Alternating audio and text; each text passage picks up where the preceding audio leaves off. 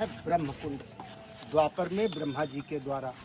फिर तीसरा नाम जो आप सुन करके आए हो, पाप मोक्ष हत्याहार। ये कैसे तीर्थ बना, कौन कौन से देवता है, यहाँ आने का क्या फल प्राप्त होता। सर्वप्रथम पहले सतयुग में यहाँ पर कोई तीर्थ नहीं था। ये 84 कोस का जंगल था। नैमिषारण्य, निम आरण्य, निम माने पृथ्वी, आरण्य माने जंगल। ये 84 कोस का जंगल था। तो माँ पार्वती जी और भोलेनाथ जी कैलाश पर्वत पर बैठे थे। उनके मन में विचार आया कि चलो कहीं तपस्या की जाए।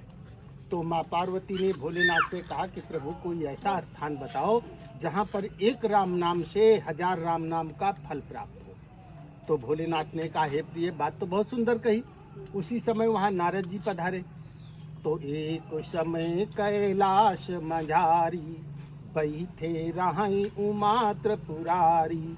कहु नाथ कोई तीर्थ कहेता, जे नर सुनि भव तरी है त्रेता। नारद जी ने भोलेनाथ से कहा कि प्रभु कोई ऐसा तीर्थ स्थान बताओ जो त्रेता में नर तर सके। तो भोलेनाथ ने जब ध्यान मग्न होकर के देखा तो पृथ्वी पर 3 आरण्य, जोगारण्य, भोगारण्य, तपोआरण्य। जोगारण्य बद्रीनाथ केदारनाथ, वहाँ जड़ी बूटी खा करके परमात्मा का ध्यान किया जाता है और योग सिद्धि होता है। दूसरी ये भोगारण्य, मथुरा वृंदावन, वहाँ माखन, मिश्री, दूध, दही इत्यादि खा करके राधे राधे करते हैं। तीसरी ये तपोआरण्य, नैमिषारण्य।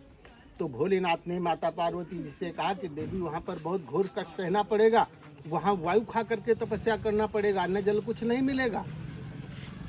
खाई आहार मूल फल कंदा, सुमिरो ब्रह्म सचिता।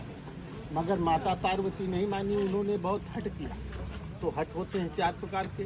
तो हट के मारे माँ पार्वती को लेकर के नंदी पर सवार होकर के समृद्ध लोक नैमिषारण्य में आए। जब नैमिषारण्य में आए तो देखा 88,000 ऋषि, 33 कोटि देवता, ये सब तपस्या कर रहे हैं 84 कोस के जंगल में।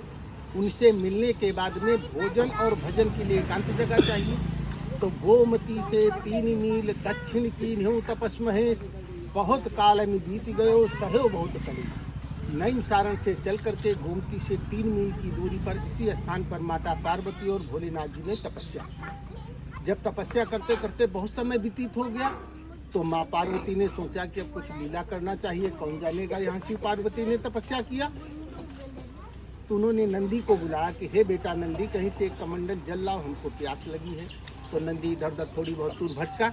उसने कहा, माता इस जंगल में हम जल कहाँ से ला करके दें। तो कहा, अगर जल नहीं ला सकते हो तो भोलेनाथ की समाधि को जागृत करो। कहा, माता इतनी शक्ति नहीं हम इनकी समाधि को जागृत करें।